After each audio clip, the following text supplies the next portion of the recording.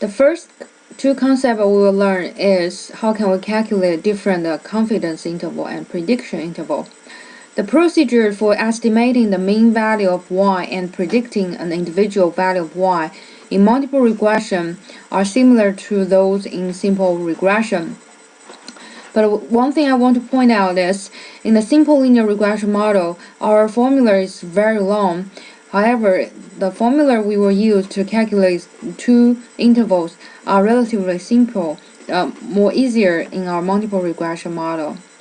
So we substitute the given value of x1 to xp into the estimated regression equation and use the corresponding value of y as the point estimate. So which means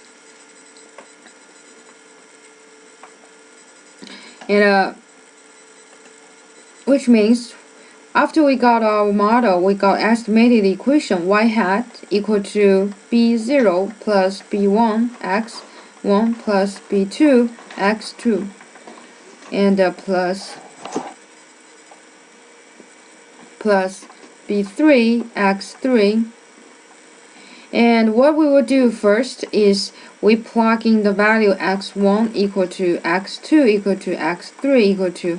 So this information will be given, and then we'll plug into our estimated equation, get our y hat value. So that is our first job we need to do, and we call this one is point estimate.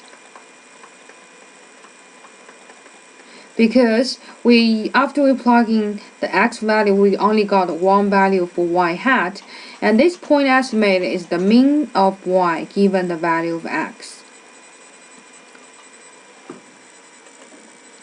So using the estimated regression equation, the formula required to develop the interval estimate for the mean value of y hat and for individual value of y are beyond the scope of textbook. So, however, we will introduce a simplified equation to help us to do the calculation. So let's review the definition for confidence interval and prediction interval.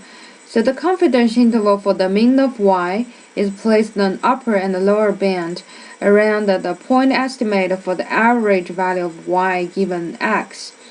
So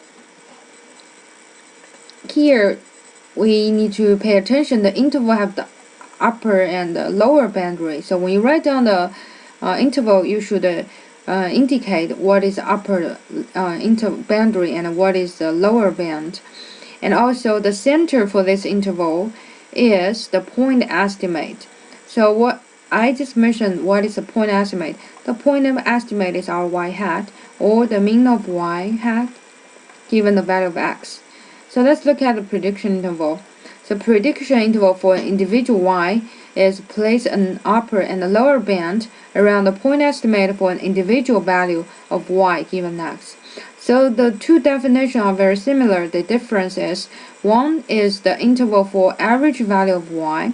Another definition is for an individual value of y. So if we are thinking the interval is trying to capture the variability of a random variable, so we know the average value should have less variability than the individual value. So at the end you will find the confidence interval is relatively narrower than the prediction interval. So confidence interval is narrower than prediction interval. And I think we also had the same conclusion in our simple linear regression model. So now let's look at how can we calculate the confidence interval and prediction interval for the individual and the mean of y. Before we introduce the full formula, let's look at the old formula. So how one element in our formula, that is multiple standard error of estimate. So this is the formula you calculate the multiple standard error of the estimate.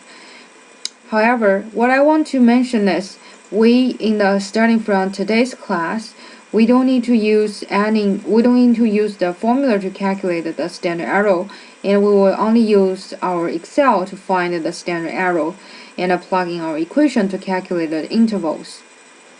So now let's look at how our how our confidence interval looks like.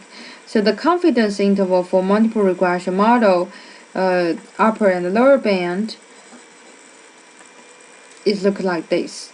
So the y hat is the point estimate for y plus minus the t statistic times the standard error we just calculated divided by square root of the sample size. So when we write down the final answer for the interval, confidence interval, you need to write down y hat minus the t statistic times SE divided by square root of n. And the upper boundary is y hat plus t statistic times standard error divided by the square root of n. So you have lower band, upper band. So this is confidence interval. And how about our prediction interval? So the prediction interval is more easier. So the y hat plus minus t statistic standard times standard error. So compare the prediction interval and the confidence interval. You will find the only difference is here. So in the confidence interval, we will divide by the square root of n, and the prediction interval we just times the standard error. So when you write down the final answer for the prediction interval for the individual y, what you should write down is y hat minus the t statistic times standard error, and the upper boundary and common y hat plus t statistic times standard error. So this is the prediction interval for the individual y. Now we will go back to look at our SPAR club example to see how can we calculate the confidence interval and prediction interval. And also, after watching this video, you should look at another video on how to use Excel to calculate the confidence interval and prediction interval for multiple regression equation. So, this example starting from our point estimate. Let's have a short review about this this example. So actually, this example is about the manager want to know what kind of promotion method can increase their new members. So they consider two methods. One is the advertisement size on the newspapers, and the second method is giving the customer discount. So when they build up the model, so they have the Y, which is the number of the new members, new customers, number of the new customers. And the X1 they are using is the add interest on the, which use add interest, which is use the interest, the ad size to measure the size of the advertisement. And X2 is the discount fee for the new members. So that is short review.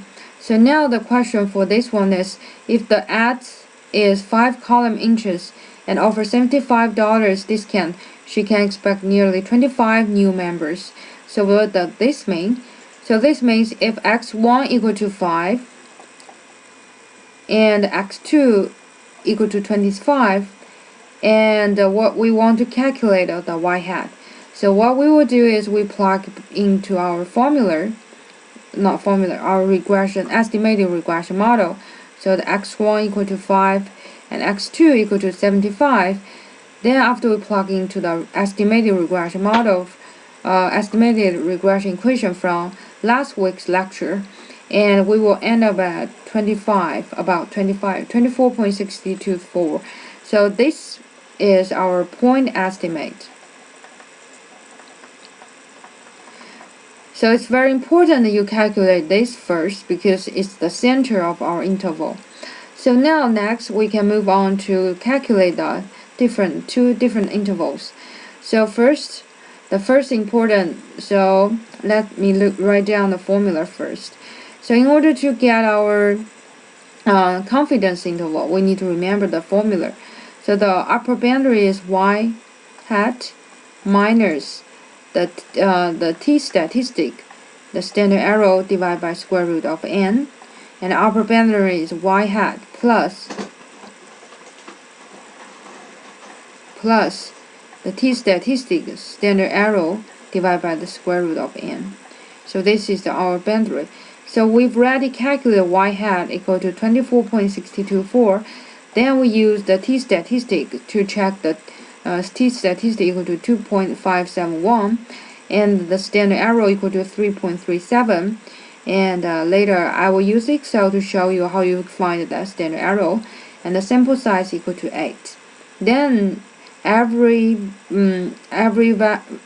ladder's value are given here, so you just plug in the equation and you will get the upper boundary is, the lower boundary is 24.624 minus 3.06, and upper boundary is 24.624 plus 3.06. And so this is our confidence interval for the group of the mean of y. Now we look at the prediction interval, still 95% confidence. So we know all the values. So this is the formula we will use to calculate the the upper and the lower band for our prediction interval. So 24.624 plus minus 2.571, this is t-statistics, times 3.37, that's the standard error. Now we will have the prediction interval is from 24.624 minus 8.66 to 24.624 plus 8.66. So this is the upper and the lower boundary for the confidence interval, for the prediction interval.